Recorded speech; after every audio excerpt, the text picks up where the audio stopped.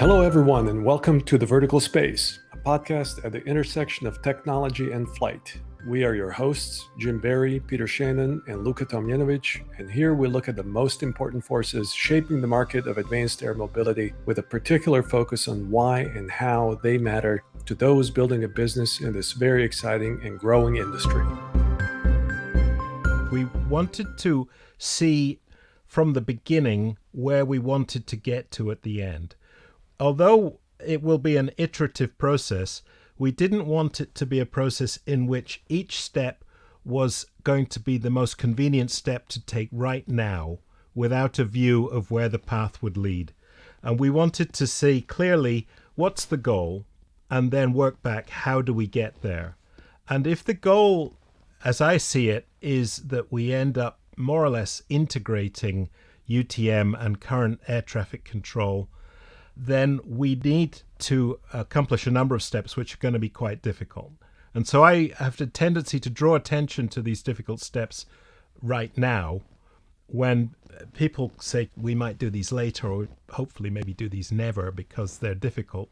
And I feel if we take that approach, we will have never reached the goal and the benefit that we really would like. So I tend to argue against the expedient and the convenient, and I'm pushing towards difficult steps. And so for some of my colleagues, these steps really are tough.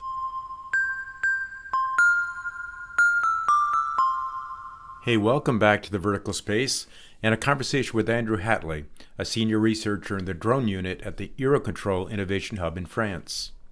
Andrew talks about what major steps must be taken with UAS traffic management and U-space, and that radical steps have to be taken to integrate the airspace. And if we're going to get to high-density operations, we need an airspace where all aircraft are going to fly together. And if we don't do it, UAS is unlikely to be economically viable. He extensively discusses U-space, how it started, where it stands today, the requirements for setting up U-space, why it's taken so long to implement, and how it'll evolve in the future. Something really revealing about Andrew, in my opinion, is his comment early in our discussion. As he says, we wanted to see from the beginning where we wanted to get to in the end. Where in other parts of the world, UTM is being deployed in a slow iterative process, perhaps the most convenient steps, but not the best steps. Andrew wants to design the system from the beginning and the way he envisions it looking in the end, and that the expedient and the convenient will never get to where we want to eventually be. That was a really good discussion. Another good section is on drone detection. He refers to the categories of the careless, the clueless, and the criminal, and how detection has to account for each. He discusses radar, acoustic, optical, radio-based systems, and others, and the challenges of detecting noncooperative aircraft. He mentions that detect and avoid is not a focus of U-space today, and how U-space plans to safely separate vehicles. And to that end, we have a great discussion around tactical and strategic deconfliction. He explains that so much is strategic today because he believes they currently don't have any confidence in the surveillance, and that in order to do tactical maneuvers, you need to know where the aircraft are. Listen to how Andrew believes manned and unmanned aircraft will be managed in the same traffic management system, and what will become an automatic traffic management system. Yes, I agree with Andrew. This is certainly where people tend to get a bit anxious, including some who've been on our podcast. We admire his bold, albeit controversial approach to the future of traffic management. He talks a lot about commercial organizations or service providers who are providing or plan to provide traffic management functions, who they are and where they're based, and their commercial and business opportunities. He discusses that these are very tough times to be in the service provider business because there's not enough flying yet. He says we suffer from a bootstrap problem in this domain, that until there's traffic management, there won't be flying. And until there's flying, there won't be traffic management. So somebody has to get it started, and these companies are all hoping it starts soon. It was an absolute delight to speak with Andrew. He's so informed. He's been doing this for a long time. He's extraordinarily articulate, and he has a realistic, balanced, yet optimistic view of how UAS and UATM operations will come together, and has some clear areas where UAS operations have real and unique value today. Andrew, thanks for joining us. And to our listeners, we hope you enjoy our conversation with Andrew Hatley as you innovate in the vertical space. This episode of the Vertical Space podcast is brought to you by UAvionics. UAvionics is the leader in low size, weight, and power certified avionics for manned, unmanned, and advanced air mobility aircraft. Let UAvionics help you achieve your goals, whether that be type certification, airspace access, or beyond visual line of sight operations. UAvionics has certified and certifiable communications, navigation, and surveillance avionics for your aircraft. So head over to uavionics.com or Google it to see how you can start flying safer and move your platform forward into shared airspace. Andrew Hatley is a senior researcher in the drone unit at the EUROCONTROL Innovation Hub in France. He was the technical coordinator of the Chorus and Chorus X UAM projects, which produce updated editions of the concept of operations for USpace. Andrew applies the results of research in supporting EASA's generation of acceptable means of compliance material in standardization groups and is a member of the ICAO Advanced Air Mobility Study Group. Andrew has worked in research at EUROCONTROL for more than a decade. Prior to research, Andrew developed flight plan processing software in EUROCONTROL's Network Management Directorate.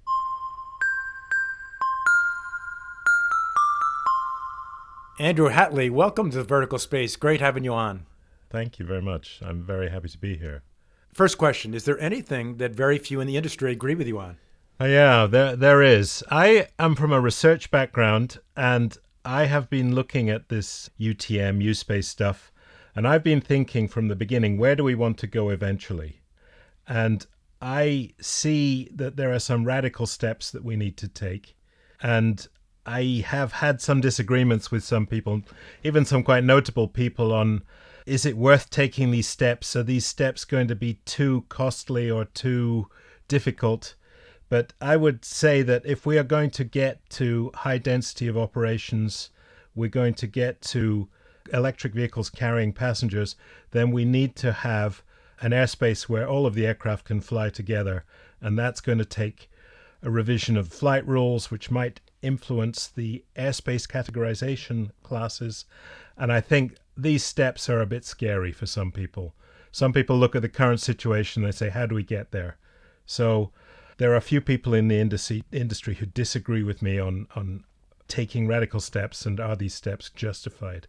But I would say if you look at the alternative, we will just never get to the situation where UAS are economically viable if we don't take these steps.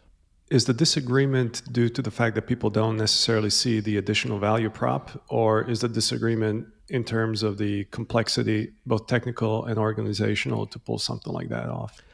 So the disagreement is mostly about how do we make the step? For example, would it involve retraining people, or would it involve modifying aircraft and things like that? And there's always this resistance because the initial impact will be so large. And so that's why people tend to disagree with me. But I would always argue that not doing this, the impact will be even larger. So at a certain point, we have to grasp the nettle and take a difficult decision. So I know I recently had a disagreement with Maria from EASA about whether or not we could have a UTM system, a USpace system, ultimately controlling manned aircraft. And she felt that was perhaps going to be such a difficult step that there wouldn't be support for it in the industry and so on. Maybe it's important to highlight the difference in the definitions between the US and Europe, because I'm guessing in the context that you're referring to, UTM is increasing automation in managing air traffic as opposed to traffic management of unmanned aerial systems. Is that correct? Yeah, so when we started, the term UTM was being used as a general term. Now, the specific implementation in America has quite a defined scope and is a lot less general than the way that we were using the term in the research community. The European version, USpace, we started to look at that from a research point of view as being ultimately something that would go on to control these eVTOLs and similar things like that. UTM, as it has been implemented in the USA, is very much about supporting current operations, supporting VLOS flights, and allowing VLOS flights to occur in an airspace where there are possibly VFR flights going on and things like that. I will tend to use the term UTM more in the general sense, meaning any traffic management of unmanned aerial systems. And typically we are looking at this being completely unmanned traffic management, or as unmanned as we can make it. There will always be a need for escalation to a human for obscure corner cases. We've seen this in many forms of automation, but the general operation we expect will be automatic, and it will be providing a service. Because it's automatic, it'll be providing a service which is scalable to a very large amount of traffic, and it'll be providing that service very cheaply. So the scope of USpace is much broader than the current term UTM is used in the US, which is really focusing on the current operations of VLOS flights in the most part. I would imagine, as this Part 108 is published for consultation in the summer, it may be that the term UTM begins to take on a broader meaning in the USA, because I think Part 108 will push the envelope a bit and push it towards some of the decisions which have already been made in Europe. Do you want me to contrast the USpace and UTM? Would that be helpful? Great. Yeah, so in Europe, USpace is something which is proposed by the regulator, and the USpace service provider has certain obligations towards the regulator. In the USA, the UTM system, all of the responsibility rests with the aircraft operator, and the UTM service provider is a subcontractor of the aircraft operator. But all of the liability still rests with the aircraft operator at all times. So the aircraft operator is seeking support, but that's all he gets from the UTM service provider. Whereas in USpace, the USpace service provider is something a little bit like an air navigation service provider, in that they have their own responsibilities and they are meeting these towards the regulator rather than only towards the aircraft operator. Andrew, if you could, I think there's subtleties to how people disagree with you. Explain a little bit more about why you're not on the same sheet. So, for example, some people may say there's going to be an iterative approach to UTM or to USpace where you may be feeling, I want to go further, faster. Others may be also saying, and I'm cheating a little bit because we talked a little bit about this in advance. You see the ATC piece being integrated much faster into UTM than others would say. And that's clearly getting into a controversial area. So could you just spell it a little bit more? I think it comes from how we started. The group I was working in started looking at UTM and USpace. We wanted to see from the beginning where we wanted to get to at the end. Although it will be an iterative process, we didn't want it to be a process in which each step was going to be the most convenient step to take right now without a view of where the path would lead. And we wanted to see clearly what's the goal and then work back, how do we get there? And if the goal, as I see it, is that we end up more or less integrating UTM and current air traffic control, then we need to accomplish a number of steps which are going to be quite difficult. And so I have a tendency to draw attention to these difficult steps right now when people say we might do these later, or hopefully maybe do these never because they're difficult. And I feel if we take that approach, we will have never reached the goal and the benefit that we really would like. So I tend to argue against the expedient and the convenient, and I'm pushing towards difficult steps. And for some of my colleagues, these steps really are tough. If we want to qualify an automatic system as being an ANSP, then we need to learn a lot about how we qualify these systems, what the expectations are. Today, if you look at an air navigation service provider, we certify these with reference to the responsibilities of people, with reference to the responsibilities of management, and it's much harder to take that and say, well, how could we implement all of this stuff as software? What's the algorithmic basis on which you could provide these services without a human there? And I think there's a lot of worries in the minds of people who have to actually practically do this, which perhaps are not pressing on me so hard as I'm in the research domain. It's much easier for me to be a visionary because Well, I won't be alone in trying to implement this, for one thing. So you're also advocating, listening carefully. There are people who are beating up their phones right now, I think, listening to what you just said. So you're also advocating some form of automated air traffic control here, which would have less human involvement. So I would assume this is another controversial part of what you're saying, but you may not be saying that. So please explain in more detail. I think that's where we get to, but it doesn't start like that. So it starts with we want to fly UAS in the lower airspace, and we would like to do this as cheaply as possible. So we would like to provide traffic management services mostly on the basis of software, probably with a human supervisor for these unusual corner cases for escalation in case of an emergency, but for the general running, software-based. Once we have a software-based traffic management system, we have the question about what do we do when a manned aircraft wanders in there for whatever reason.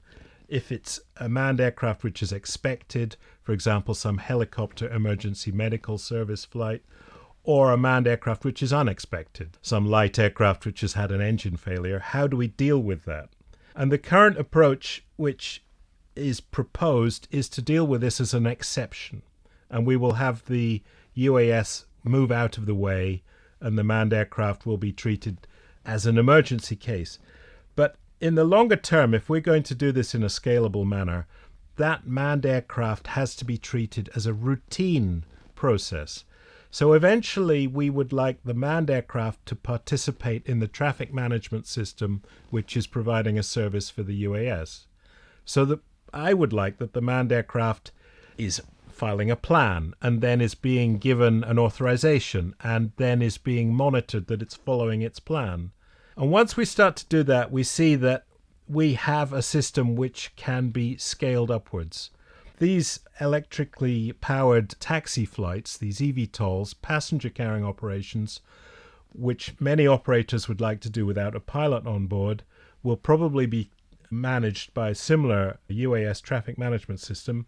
In Europe, we expect USpace to manage these, but they'll be flying a bit higher than the bottom level, 500 feet. They'll be flying up to a few thousand feet. So now we have a situation where this is an airspace where manned aircraft might fly more than just in case of emergency. And again, I would propose that the logical way to do this in a scalable manner would be to integrate the manned and the unmanned aircraft so that they're controlled by the same system and so that they are able to interact in a safe but integrated way. And that requires that we have an automatic system which is now giving instructions to manned aircraft, not as an exception. And then we need a qualified automatic system which is capable of safety of life operations and is good enough to do this.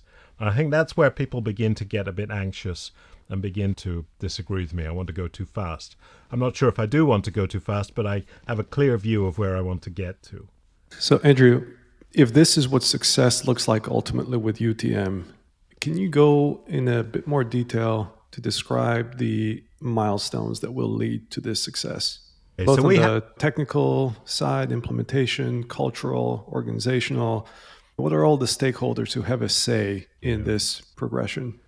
Okay, so there's quite a few people involved there. So the first is that we need to be confident that we can do it. So we need the industry which is producing the systems to be able to demonstrate that these systems are good enough and have a high enough quality and a high enough availability and resilience that they are capable of being trusted to do this.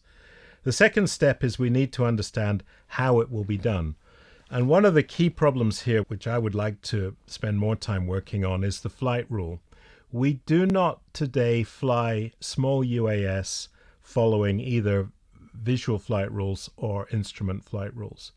And if you look at the way that ICAO describes airspace classes, they're all described in terms of these two flight rules. So what we need to do is identify a flight rule for the small UAS and then understand how it can safely interoperate with the existing ones or the existing manned traffic. One option would be that there's a new flight rule that all of the traffic follows, both manned and unmanned. Another option is that we would find a third flight rule which is compatible with the other two in some way. If you look at the descriptions of how flights are supposed to occur, it is possible to mix visual flight rules and instrument flight rules today. If we had a third flight rule, perhaps we could find a way to mix that. So we need to understand the operational basis on which the traffic is mixed together. We need to understand the technical basis on which it's done. What are the procedures? Are the systems capable of providing them? We need to convince the regulator that this is going to be safe enough. It should meet the target level of safety. And we need to convince the existing aviation community this approach is going to be acceptable to them, that they are going to certainly not be inconvenienced and hopefully will benefit from this approach.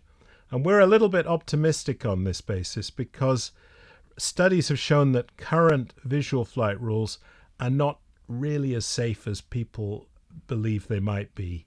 And particularly tests about visual acquisition of the target show that it's quite common that a pilot of a VFR flight doesn't see everything that they should.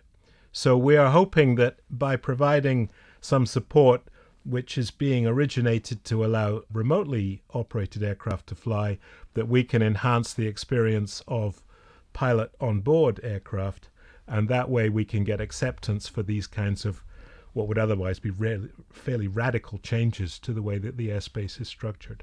What is the primary benefit of increasing automation in the air traffic management function? Is there mostly a safety argument? Would you say that this is the primary problem that the industry is facing, or is it more about productivity, being able to accommodate greater traffic density?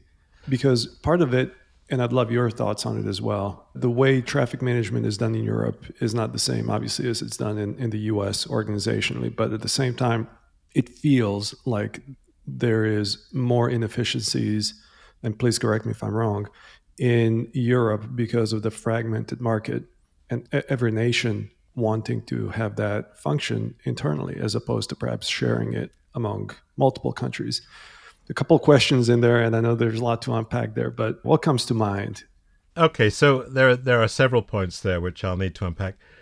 Yes, the European air traffic management system is quite fragmented and complicated because air traffic management is the responsibility of sovereign nations. And in the European Union, we have 27. In Eurocontrol, we have 41 member states. So each of these is able to operate its airspace as it wishes, but we work together. And you probably know that Europe has a single integrated traffic management system operated by Eurocontrol, the network manager. And we, in the network manager, we ensure that each air traffic control center, we aim that each air traffic control center does not suffer from more traffic than it's able to manage. So there is a process, a rolling process every day where the air traffic control centers look at what kinds of effects might influence their ability to manage traffic, weather effects. I mean, weather is a dominant phenomenon in American air traffic management. It's more prevalent here only in the height of summer and winter, but still, weather takes a role. You also have more subtle effects like important football matches or other things like that, which cause increases in the flow of traffic. All of this is discussed every day in a rolling program, and then in the network management system, we implement delayed takeoff to avoid that there is too much traffic in the air, more traffic than can be safely managed. So this goes back to the start of the question where you said, is this an issue of safety or is it an issue of capacity?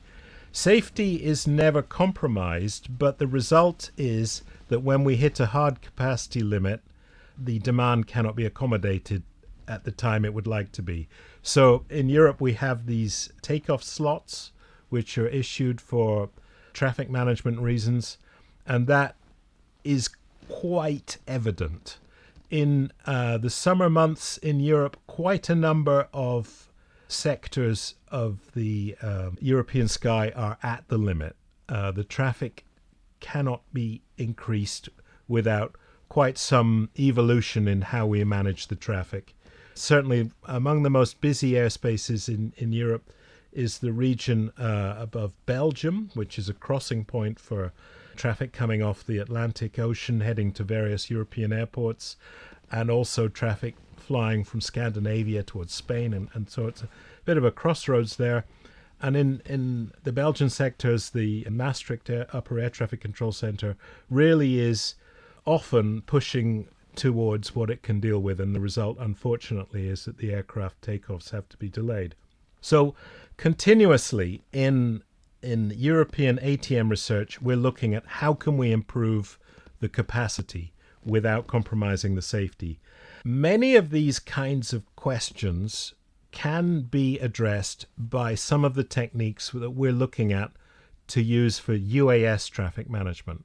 One of the kind of the most basic principles is we've divided the air traffic management world into sectors. Each sector has normally a pair of air traffic controllers. One of them is talking on the radio to the aircraft. He's the executive. The other air traffic controller is coordinating with other sectors. And the limit to how much work they can do is the mental capacity of these two air traffic controllers to think about the number of aircraft in their sector. For a sector where the traffic mostly fly in straight lines, that capacity can be very high. For a sector where the traffic have to be steered towards an airport or something like that, the capacity is much lower. But it's a mental limit. If the system is completely automated, a computer has no mental limit. We can just buy a faster and faster processor or scale it among multiple computers.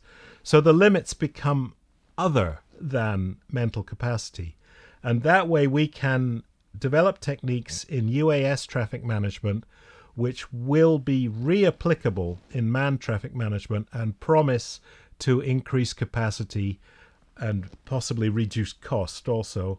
And those aims, I think, will be in the interest of all airspace users. All air traffic is looking for these kinds of benefits. So there's a great deal of interest from the air traffic management world in what we're doing in the UAS traffic management, but also, as a primary job, we would like to enable UAS traffic. The European Commission and the European Parliament have identified that operation of small UAS will provide economic stimulus. There will be jobs resulting from these kinds of activities. So they're keen for this to happen as an end in itself. But the benefit that we can accrue from that, we can also apply to air traffic in general. And Andrew, in that vision that you lay out for the transition to automated handling of that air traffic, is there agreement on the roadmap for how that information would be communicated to the aircraft themselves and how we move from where we are today to have a different way of communicating that information, that its own pipeline is much, much higher capacity than voice over VHF that we have today? Okay, we're at the beginning of this. So we have a vision of this today. We are not even close to implementation. So the roadmap to get there will start by let's understand the problem and solve it for the small UAS. And that's going to take us several years. It'll be 2050 or later before we're beginning to apply this stuff to all upper air traffic. So in beginning to attempt to answer these questions, yes, we are looking at what's called Controller Pilot Data Link, CPDLC, which is being used today in Europe for what you might call low priority communication between the air traffic controller and the pilot. So effectively, they're sending text messages to each other. The use of this, I anticipate, will increase. And in order to increase, it will require that we have low latency communications. When CPDLC started, there was a lot of worry about the latency. The messages might take a long time. But as we get used to using them, then yes, this could be a way forward. This could be a way to allow further automation of the air traffic control system and then conveying the information to the aircraft in a more speedy and timely manner.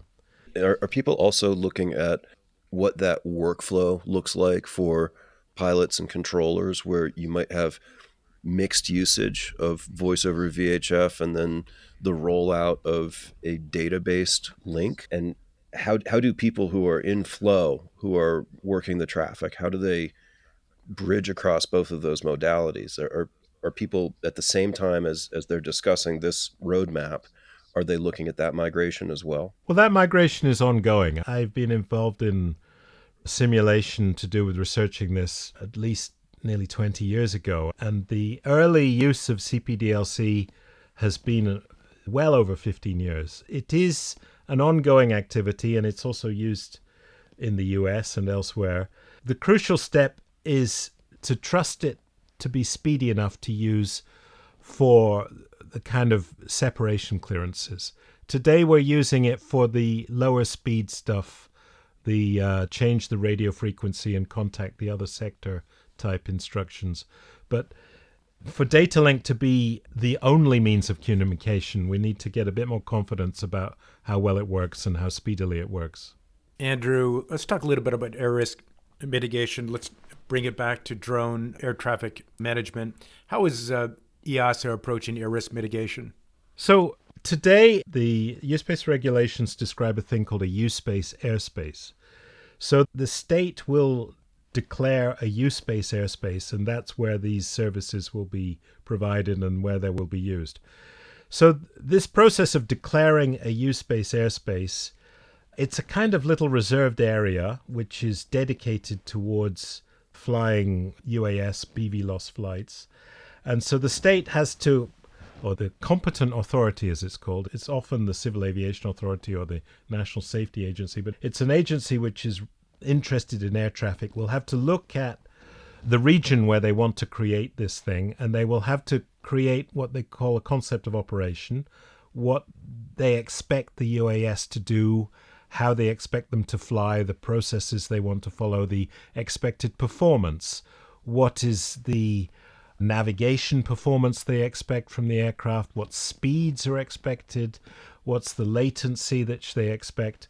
So once they have this concept of operations and they have to make a kind of estimate of the traffic, they will then do this airspace risk assessment in which they will balance all of these factors, and they will come up with a description of how this U-Space airspace can be operated safely or meeting the target level of safety which has been put forward for the area. So that is in the bubble of the U-Space airspace. So EASA today is segregating the UAS into these little regions. For flight outside these regions, EASA has described an open category of flight, which is visual line of sight, which is done in a manner where basically the UAS has to get out of the way when something is coming. And the other option is certified operations, which at the moment there's not really much said by EASA. That would be something that would need to be worked out between the aircraft operator and the Civil Aviation Authority, probably with some kind of specific agreement about how it would be done, maybe with a danger area created or a temporarily segregated area created for the flight to occur. So these are the three means of operating today, and this is how air risk is being handled. In the U-Space regulation, you find two other aspects which relate to air risk. There's this idea of dynamic airspace reconfiguration. And in this process, if necessary, U-Space airspace will be temporarily closed to allow a manned aircraft to pass. And this is considered to be done when the airspace was previously controlled airspace. And this process would allow it to revert to being controlled airspace. So air traffic control could decide to close the U-Space to allow an aircraft to fly through safely. The third method is this electronic conspicuity, where a manned aircraft could enter the U-Space airspace so long as it was visible to U-Space. And this is, in my personal opinion, the least well described. I could imagine this working as an exceptional process, but I'm not so happy with it being a regular thing, because effectively the manned aircraft comes along and all of the U-Space traffic has to get out of the way, and in doing so may encounter their own problems. So this is the current approach to air risk. It has to be said that the current European regulations anticipate quite low density of traffic, and we would be looking forward to a revision of the regulations as the density of traffic is rising.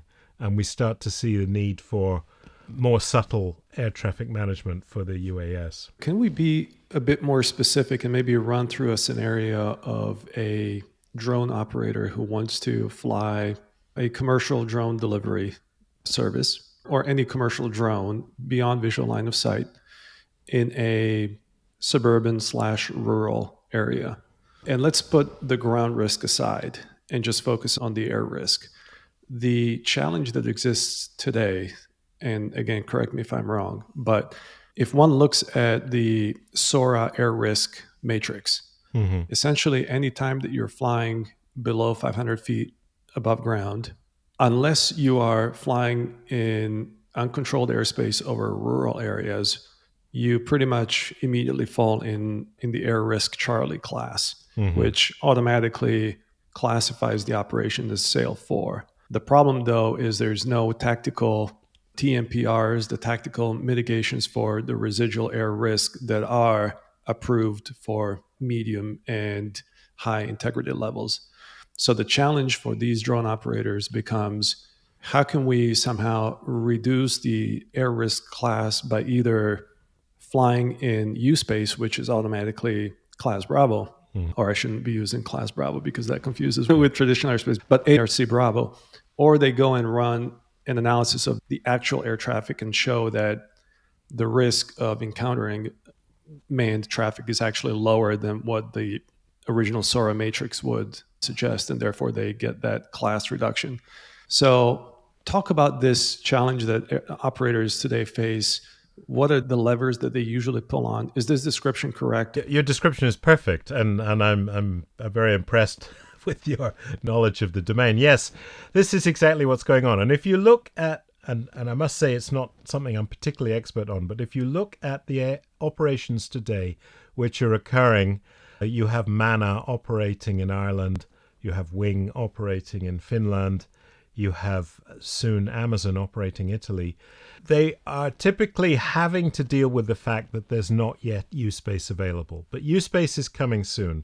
And as you correctly described, one of the things that they have to do is they have to make an argument about, is the air risk acceptable? Is the risk of manned traffic coming by low enough?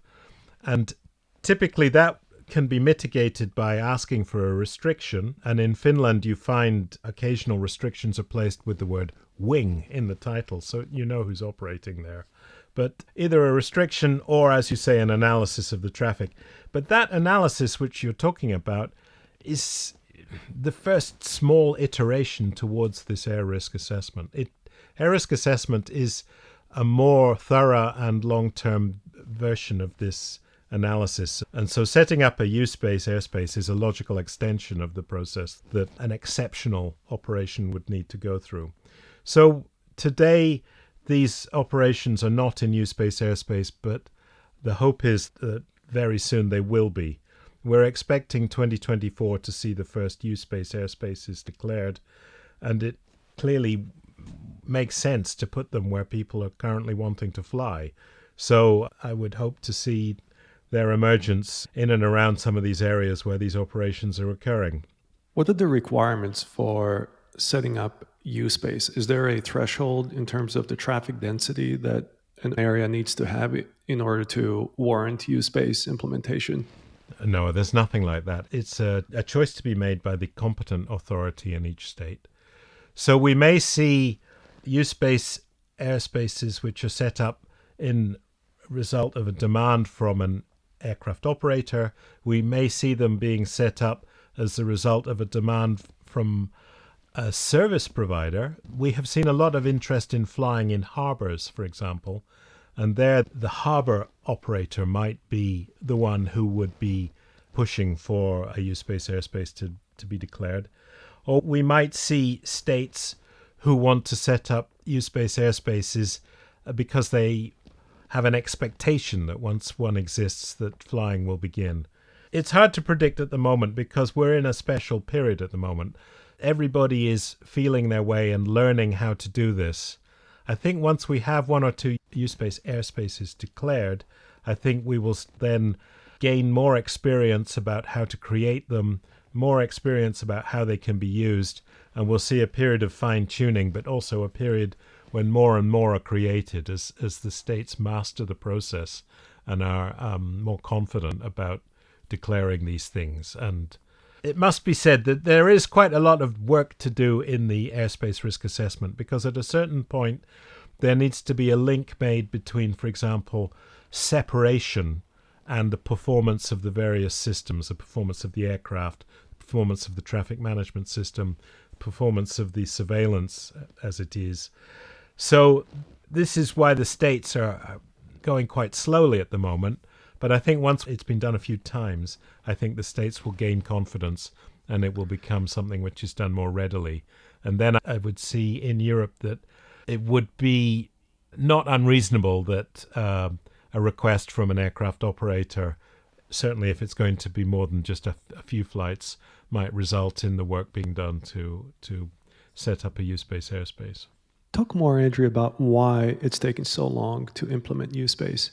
It's really been a learning process. The use-based regulation was published in 2021, and then it took us quite a long time to develop the acceptable means of compliance.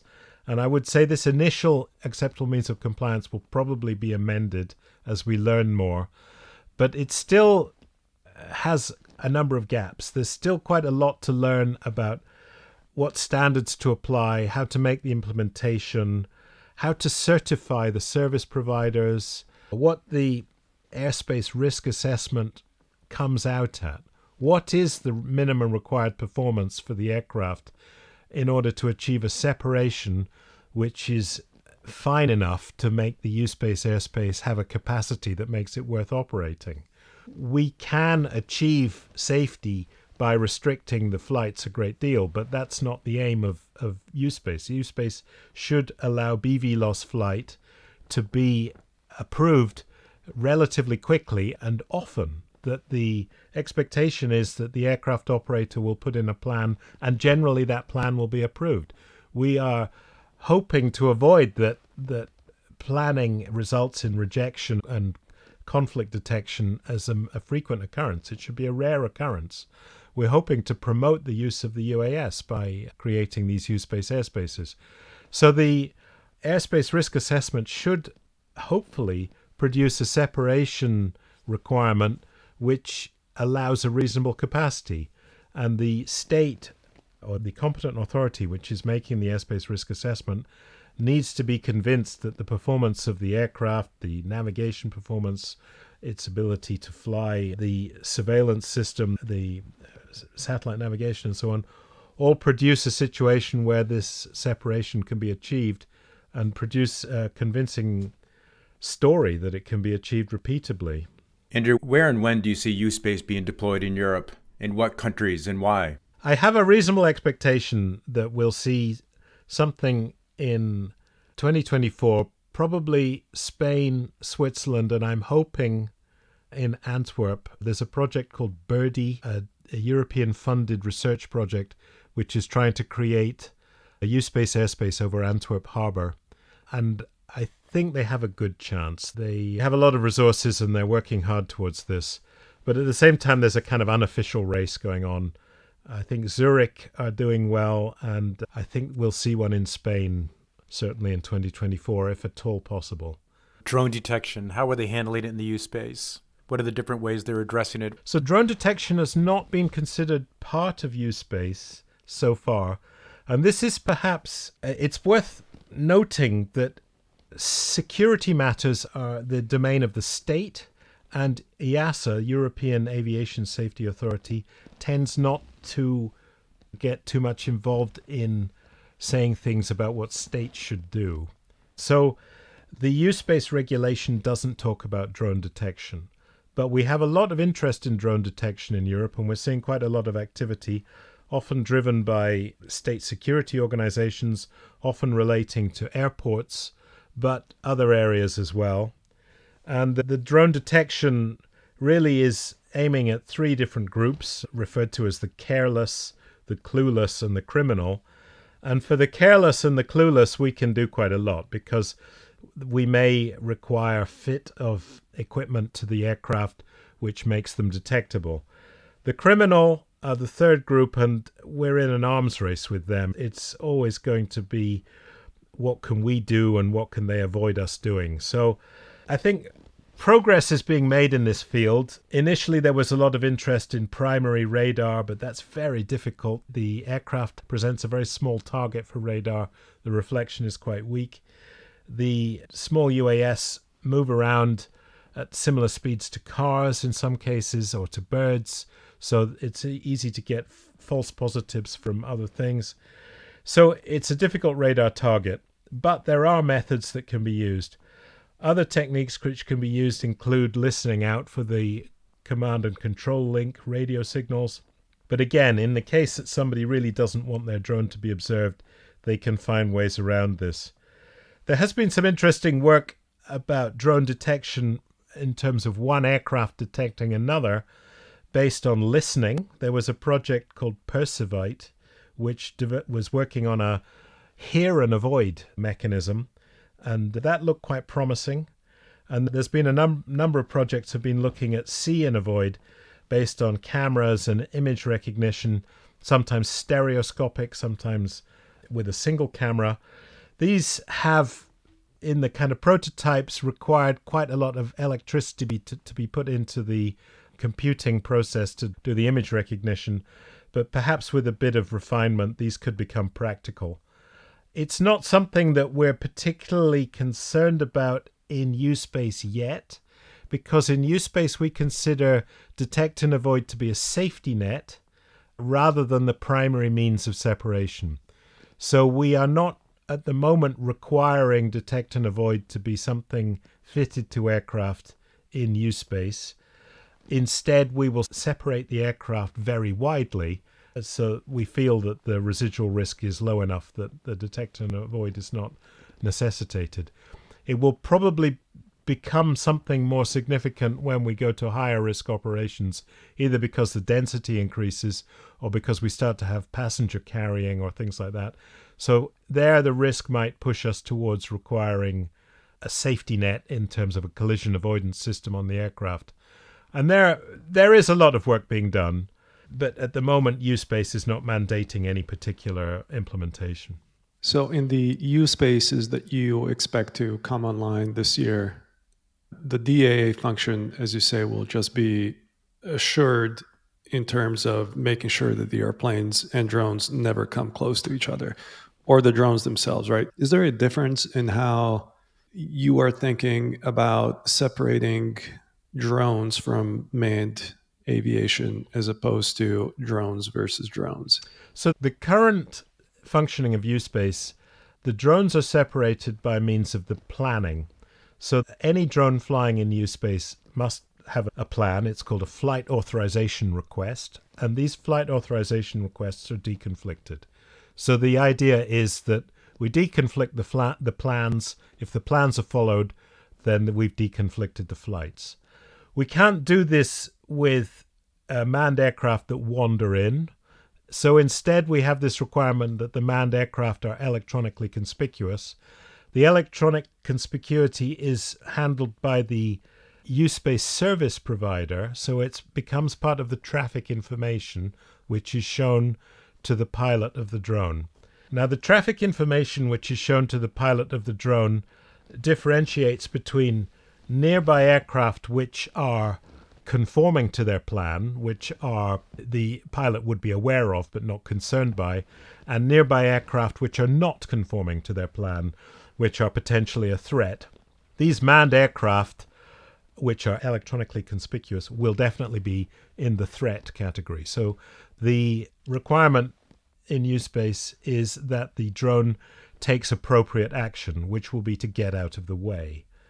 So that means that this handling of the manned aircraft, it should be safe, but it is going to be an exceptional process. It is going to require that the drone deviates from its plan.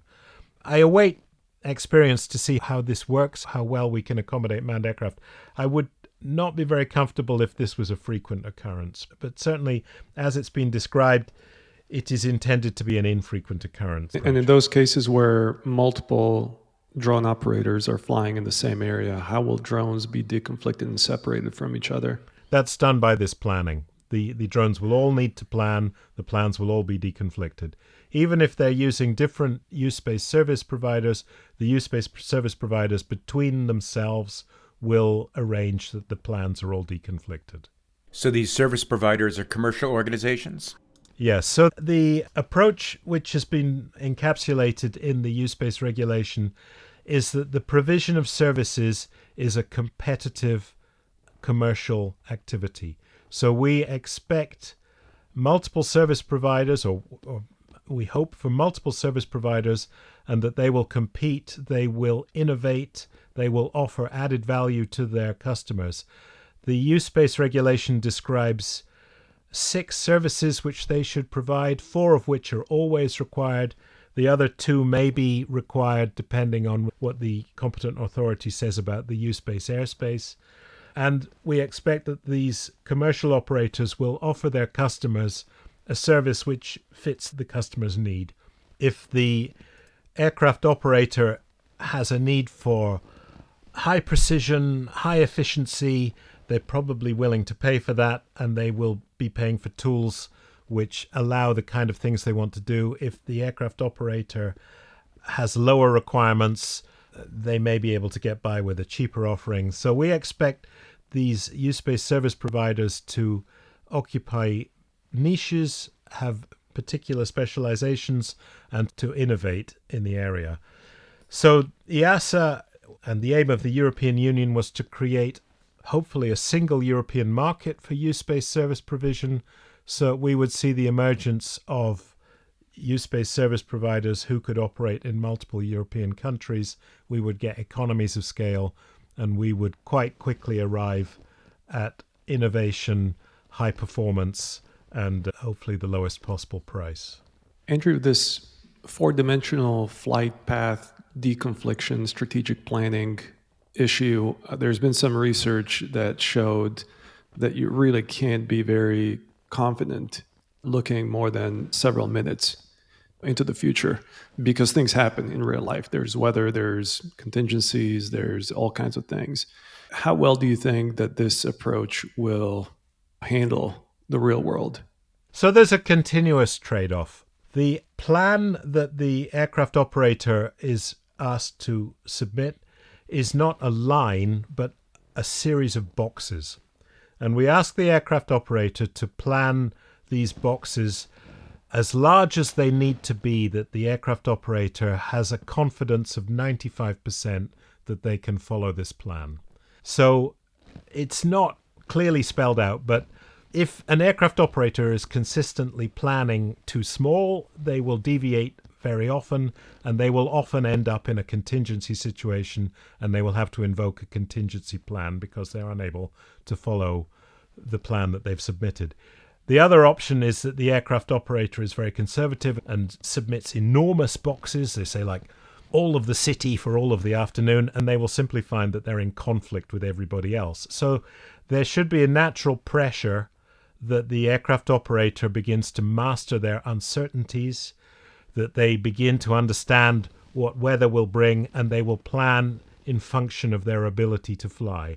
We would anticipate that they would hopefully get better at this. We would hope that they could vary their speed, for example. They wouldn't always fly as fast as possible, so they have a bit of margin to deal with unexpected gusts of winds and so on. So we would hope that in a mature use base, the aircraft operators are able to plan in a manner which is sufficiently sized that they can conform to the plan, but sufficiently small that they don't simply conflict with everybody else. Is it likely that their uncertainty will increase the more minutes into the future that they're planning? You know, they might be able to be quite precise 4 minutes, 5 minutes, 7 minutes into the future in terms of where the aircraft is going to be in the plan. But if it was a very long flight, would that change towards the end of the flight, or is that something that people are mitigating? That model is generally true, but there has been work in manned aviation with what's called trajectory-based operations, where we can essentially have the idea of a kind of 4-dimensional contract where the aircraft will speed up and slow down in order to be within the agreed performance. The question is really a trade-off. How much is the aircraft operator prepared to sacrifice in terms of flying at the most efficient speed and the straightest line compared with flying in order to be able to get their plan approved? So we would imagine there'll be a bit of give and take there, a bit of trade-off. And I would imagine that once a U-Space airspace is running, the aircraft operator would be, complaining, would be reporting to the competent authority if the planning constraints were holding back their business. There is likely to be a requirement that the competent authority would revisit the airspace risk assessment, and one input into that is the expected traffic. And I would expect that the aircraft operators would probably take the opportunity to express their desire for a different compromise on separation should they find it too constraining. Do people discuss things like, afternoon thunderstorms that come up that might throw the entire plan out the window in this type of an architecture? They do, but certainly bad weather is probably less of an issue in Europe than in the US. We do get thunderstorms here, but it's probably not as dominant an effect on air traffic as it is in the USA. Andrew, is there a level of flight density, operation density, at which point we really need to move away from this strategic 4D planning? Absolutely. What will be the trigger? Yeah, absolutely. Now, the trigger surprisingly might not be the density, because eventually when we can't master the uncertainties at the strategic phase, we have to try and master the uncertainties at the tactical phase. And then we would be required to do tactical conflict resolution. Once we have tactical conflict resolution, we can allow more residual risk to remain after the strategic. But one of the big drivers of uncertainty are passengers. So I could quite imagine that the introduction of passenger operations, these eVTOLs carrying passengers around, would quite quickly push towards the need for tactical services. The passenger typically is going to have an impact on the takeoff time predictability. If the person has to get into the vehicle, might be their first flight, might feel a bit unsure, might feel a bit frightened or unwell, I could quite imagine that relating to it takes longer than expected to close the door, and then they miss the takeoff time. So I could quite imagine that we would have to go to a process where the aircraft are not deconflicted strategically, but are subject to a demand capacity balancing process, and then are being deconflicted tactically. And I would say that's going to be the big push. But once we have tactical deconfliction, we can use it to increase the capacity of U-Space airspaces as needed. I mean, this entire conversation around strategic planning just evokes the famous Mike Tyson quote that everybody has a plan until they get punched in the mouth. So why, especially among aviation professionals that know that things happen in the real world, it never goes according to plan. It's weather, it's all kinds of different things, right? Yeah. And so why is there so little emphasis on tactical means? Is it because the technology is not there? Okay. So why is it all strategic? Well, because we currently don't have any confidence in the surveillance. In order to do tactical maneuvers, you need to know where the aircraft are. You need to know with a known level of uncertainty where the aircraft are. And we don't today know what that level of uncertainty is. You will notice in the U-Space regulation that conformance monitoring is optional today.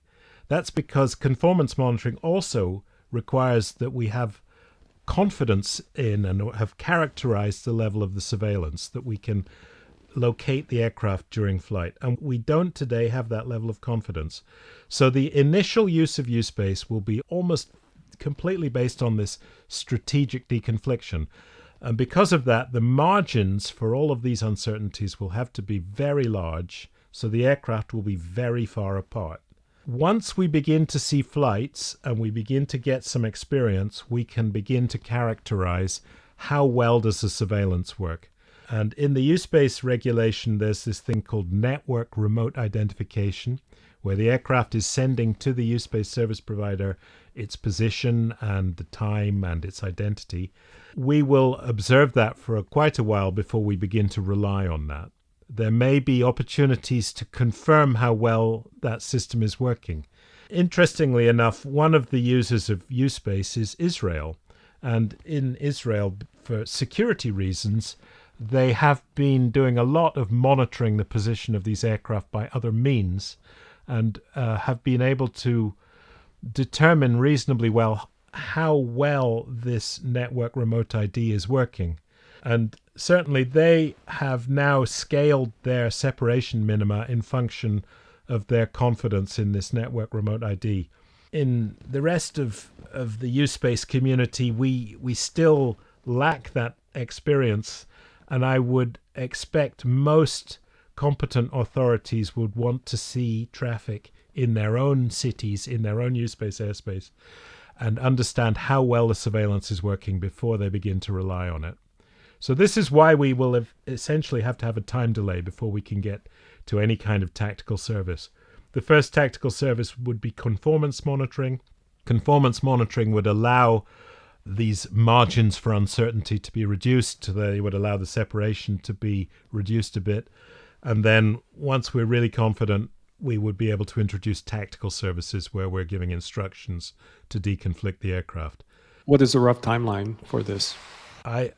Optimistically, we'll see this stuff experimentally very short term, but to have it rolled out generally, it could be another 10 years before everybody is really confident about this and it becomes routine, widespread. You mentioned a little bit different ways of detecting acoustic, optical, etc. Can you spend a bit more time and perhaps broaden that list, including radar and some of the others, and comment the pros and cons of each and what you believe is the most attractive option?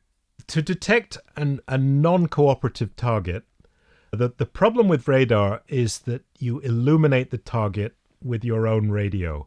So the amount of power that needs to be pushed out in order to get an echo back is enormous. The power falls off in proportion to the fourth power of the distance. So you can be transmitting thousands of watts and get microwatts back. So it's a very difficult job to do. And as I said, there are similar targets which will give clutter. There are cars and birds and things like that.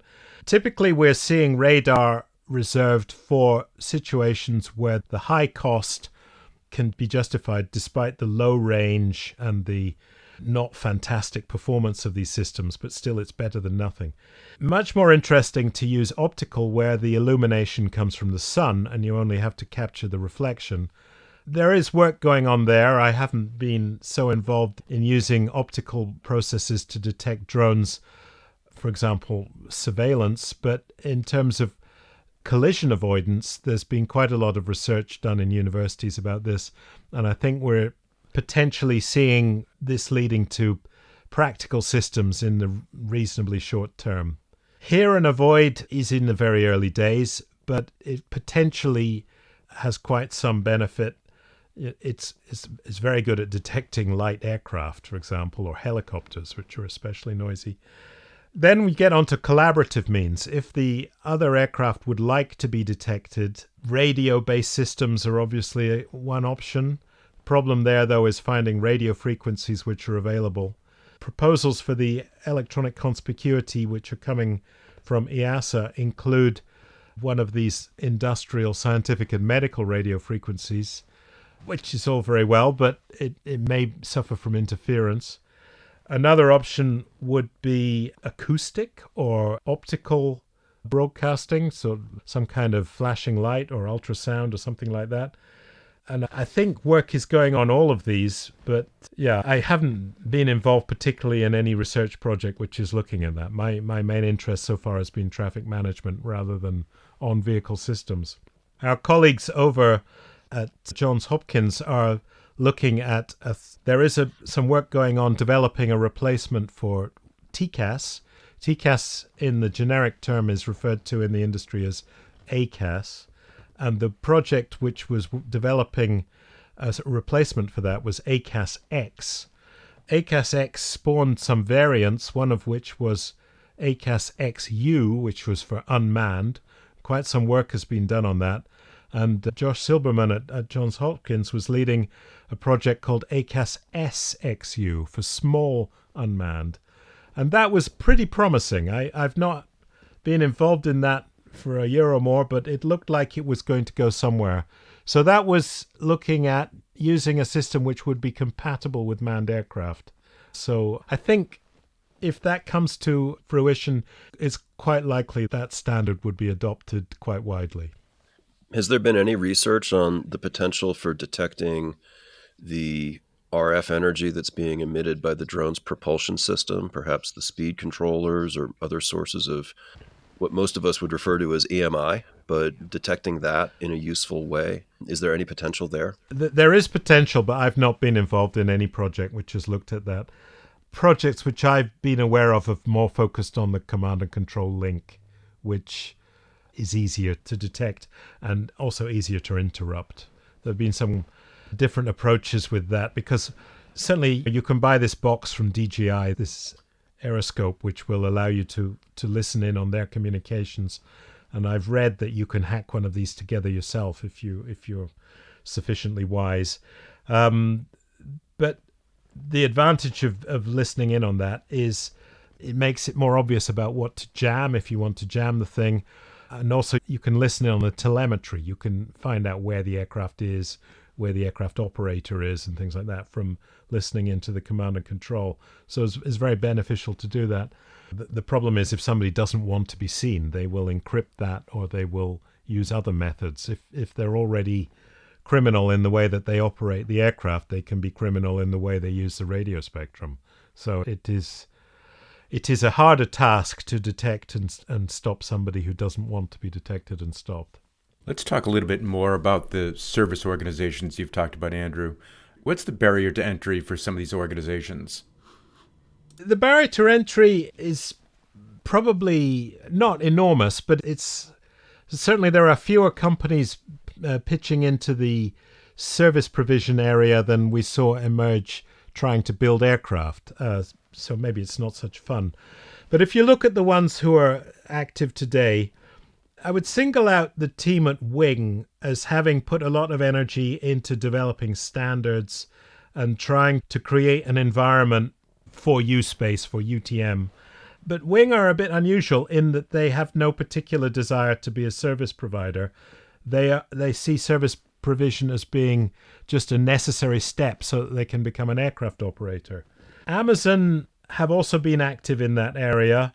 Again, Amazon, I believe, will only be their own service provider, but they've certainly contributed to the standards which are being evolved, and they've taken quite some role in driving the industry. So those two are combined aircraft operator service providers. In terms of who else is in the service provision, you have a few companies who are pure service providers. I would mention Dronic in Germany and D-Flight in Italy. And each of those kind of emerged before the USpace regulation was published. And at that time, there was a slight expectation that they would become the appointed national service provider. But they are purely service providers. Behind them, there are companies writing software for service providers, and there are more of those. And I would mention ANRA is one, which is operating in Europe and the USA. Unifly is based in Belgium. They've done well supplying software to different operating companies. OneSky, another American company which is seen in Europe. Drone Radar in Poland. And some of these, although they are primarily aiming at being software suppliers, some of them are in the process of becoming certified as service providers to prove themselves and also to make up for the fact that other service providers are not stepping forward. I know that ANRA are in the process of being certified at the moment, and we might see them offering services possibly in Switzerland, I don't know, but they may see that as a necessary step. There are some of the larger ATM companies involved in the business, like Collins, Frequentis, Indra, and Thales. And all of these are looking at parts of the business. Frequentis probably more looking at the other end. In the European model, there is the USpace service provider, which delivers services to the UAS operator. And then there's another body called the Common Information Service Provider. And Frequentis are looking at supplying software to those. The Common Information Service Provider is a role which the state may appoint one or may decide not to. And that role is involved in distributing information to everybody. And so Frequentis are looking at that. Indra are looking at that. So there are different larger companies looking at joining this market. I've met most of these companies through participation in European research projects. So when we've been looking at doing research, I've particularly been involved in research projects looking at really fundamental questions at low maturity. I've worked with many of these companies in these research projects, trying to answer very basic questions. How should things work? How do we solve these simple questions? What does a flight plan look like? And how do we deal with it? And so on. So that's where I've met them. I could mention even more. There's Airbus UTM, who were previously known as Altiscope. They have a simulator. I'm working with them. They have a reference implementation of UTM in their simulator. There's a strong team there. They're very active in the development of standards. They're very active in the work that's being done at ICAO, looking out how we can integrate this UAS stuff into the ICAO annexes and documents. We also have other smaller companies. The Technological Institute of Galicia has developed some UTM system, which has been adopted by Boeing. Boeing have a team in Madrid who are really expert at simulation of aerodynamics. And so Boeing have developed a simulator for UAS, which uses the ITG system to offer a complete package. There's a company called Open Skies operating. It's a very small company, but they've developed an open source implementation of a kind of UTM system, which, although it isn't fully functional, or it's partly functional, it is very compliant with the available standards. And because of this standards compliance, their tool, Flight Blender, is widely being used for testing, often in combination with the automatic testing mechanism of the Inter-USS, which is an implementation of the Discovery and Synchronization Service. Inter-USS is also open source, and it's a reference implementation of the DSS, and includes within it a testing function. People are using that to test their system, and they're using Flight Blender as a reference to compare their system against. The big outstanding question is, how do these companies make money, right? What's the willingness to pay? That's a question I simply can't answer. These are very tough times to be in this business because there's not enough flying yet. We suffer a bootstrap problem in this domain that until there's traffic management, there won't be flying. Until there's flying, there won't be traffic management. So somebody has to get it started. And these companies are all hoping it starts soon because without flying, there won't be a revenue stream for many of them. I still wonder how many the market has room for. I have good friends in all these companies. I wish them all very well, but honestly, it's a tough business. I don't envy their position. Andrew, talk about the origin of USpace. So USpace, we started with an idea that there would be traffic management. And in the research domain, we looked to the end goal from the beginning. And the end goal was that we would be able to control all traffic, including passenger carrying operations. The other thing that happened quite quickly in Europe was the European Commission identified that UAS was going to be an area of important commercial activity. So they wanted to promote USpace. So top down, Europe got to work on regulations. Regulations are valuable in Europe because we are 27 European Union member states. It would be quite likely that without a top-down European regulation, we would have 27 completely different implementations. So the view of the European Union was that they would like to promote a single market. They wanted a harmonized environment where an operator, an aircraft operator, or a U-space service provider operating in one European country could move to a neighboring European country without difficulty. So this is why in Europe there was a rush to produce a U-space regulation. This U-space regulation has described how to fly beyond visual line of sight, and it's described an airspace in which this is possible called a U-space airspace. Now in America you have a totally different set of problems and you have a totally different environment. The Federal Aviation Authority is both the regulator and the service provider, and it was quite clear that Congress wasn't excited about the FAA becoming a service provider to drones. So I would say that the momentum in the USA was held back. It wasn't being driven by the FAA. Industry was driving this, wanted to do some stuff. The FAA was following on, making it possible, but observing. And we now see the gestation of this Part 108. It will hopefully be available for comment this year.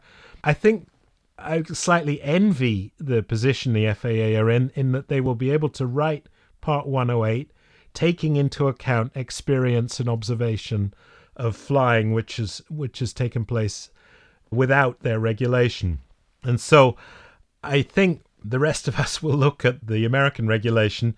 I mean, some people might say, oh, it's behind, but it won't be behind. I think we're all moving at the same speed. The American regulation will benefit from having been written, having taken into account the experience that's being gained, for example, at the moment in Fort Worth, with 7 different operators flying, 7 different service providers supporting them. And so the learnings from that experience can be fed back into regulation. Yes, there are big differences in the current situation, but I think in general we're pretty similar in what's driving this, that the drones are there and we need to take care of them. They may pose a risk to the other aviation. They may pose a risk to the public. In general, the Aviation Safety Authority is tasked with dealing with that. So drone regulation is a natural outcome. And the second is that in both the US and in Europe, there is a political imperative to enable this stuff. So the regulation is not purely restrictive. It is trying to let this stuff occur. So I think we are following slightly different paths, but we're going to the same place quite quickly. And in my domain, in the research domain, we have a healthy cooperation with both NASA and the FAA. We meet, we compare notes, we discuss. So there is not any fundamental difference in outlook or opinion. But there are some differences in just like the way things have ended up. Our regulation came first. Our regulation particularly pushed this idea that service provision would be a competitive market. It could be that in some states they're not bothered about that. They might want to simply appoint a single service provider, as is often done for manned aviation. So, that's a choice that Europe has made. So it's not necessarily the only choice, but it's the one in which I'm working. And it's a similar choice that has been made in the USA. FAA doesn't want to be the service provider, so there'll be a market for service provision. What notable differences exist in the way that the FAA and EASA think about strategic and tactical deconfliction, and especially when multiple operators are flying in the same area? I think this is most visible when you look at what's being done in the USA to support the passenger operations. So the work that's been done in the USA on the passenger carrying operations started with this question, it started with the question, what is it? And then they might discover that it was similar to managing small UAS. In Europe, we started with the question, can we extend the system which is designed to manage small UAS? Can we extend that system to manage passenger operations? So in America, you hear these terms like PSU, provider of services to, I don't know what the U is, UAM. And we have discovered from the work done at NASA that it's very similar. One of the key differences is in the world of the passenger carrying operations, the PSU will not do strategic conflict resolution. The PSU will make a demand capacity balance. They will limit the number of aircraft entering the airspace to the level that the tactical processes can safely deal with, and then the separation will be tactically achieved by means which are still under discussion, actually, because one of the interesting things about this work on urban air mobility in the USA is this idea that there will be these community-based rules, and these community-based rules are still being worked out. We in Europe are being a bit more top-down. We are saying it's going to be the similar approach which is being used for small UAS. So at the moment we're talking about strategic followed by tactical. It may be in future that we might drop the strategic. I don't know. It depends. That's a subject at the moment for research. But the model that we're working on today would be astrategic with a certain residual risk, and then tactical to deal with that residual risk. So Andrew, paint a picture of what the next 5 or so years looks like in relation to U-space, drone operations in Europe and potentially beyond. I think I would really seriously hope that within 5 years we see operations of a commercial nature in Europe. I would expect to see a revision of the acceptable means of compliance of the U-space regulation. I would expect to see the American Part 108 has been published and is in use. I hope, but I'm not expecting a revision of the U-space regulation itself. Regulations are hard things to change. I would like to see commercial operations. I would expect that they would probably be focused on niche areas where there's an obvious business case. And one of the most interesting areas that we're seeing in Europe is harbors and port areas. A lot of processes in harbors and port areas require somebody to get into a boat, or if you were going to do an aerial observation, it's very expensive with a helicopter. So there are many things that people want to do that they cannot. And so I would imagine, as we're already seeing in Rotterdam, Antwerp, and in Hamburg Harbor, we will see a growth of use of drones and implementation of U-space, or U-space-like currently, but hopefully official U-space in harbor areas. This is, I believe, commercially viable today. The other area which is a pressing area of interest is delivery, but delivery today in Europe is tending towards suburban, so it's not really an urban activity. And I would imagine that the kind of pilot projects that we see in Ireland, in Finland, in Norway, we're working with a company called Aviant, which is delivering around Trondheim in a rural area. We would see these increase in number, and we would see them being enclosed inside U-space airspaces. We will see these U-space airspaces popping up like mushrooms on a lawn. It will probably be not obvious why they're there, but then you go and look and you find there's here in this place, there's a niche where commercial operations are viable. I would say that my least expectation is that it becomes focused on urban in each case. I would say that probably suburban or harbor will be my initial one.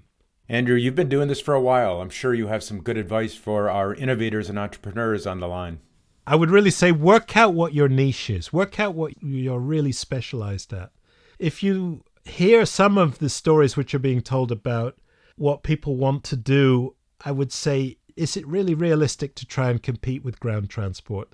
And you may recall an experimental project that was done by Airbus pre-COVID, a thing called VOOM, where they set up a kind of on-demand helicopter flight service in São Paulo. São Paulo has the benefit of having a large number of helipads, has quite a large population of helicopters, many of which are sitting idle most of the day, and it also has terrible traffic problems. So there was a willingness among the public, or some members of the public, to pay quite a lot for a short flight, and that made this VOOM thing viable. I would say if you're going to come into this business, you need to understand what is the specific set of circumstances where your business will work. And if you come in with a general approach, we're going to deliver cups of coffee, I would say, really, how can that be better than the man on the bicycle or whatever the alternative is today? You really have to understand what is your value added and where is the niche where that value added is appreciated. And yeah, I wouldn't today be looking at trying to replace or compete with the metro or even taxis in many cities. I'm sorry if I disappoint my colleagues in the taxi business, but really you have to be pretty good to do better than public transport in most European cities. Andrew, this has been a great conversation. We really thank you for joining us. What one message would you like to leave with our audience? I think the message I would leave would be that it's going to be difficult, but the challenge is worth the cost. Where we want to get to is really going to be an interesting place. And so the hurdles are going to be worth climbing over. Thanks a lot, Andrew. Okay, Bye-bye. Thank you. Bye-bye. All right, that's a wrap for today. Thank you for listening to the Vertical Space podcast. Reach out if there are topics that you would like us to discuss, and goodbye until the next episode. Unless mentioned, this podcast is in no way endorsing or promoting any person and or company mentioned, and all opinions within the podcast are solely that of the presenters. The Vertical Space makes no guarantees, warranty, or representation of any information given in this podcast. Any information given is for informational purposes and should be used at your own risk.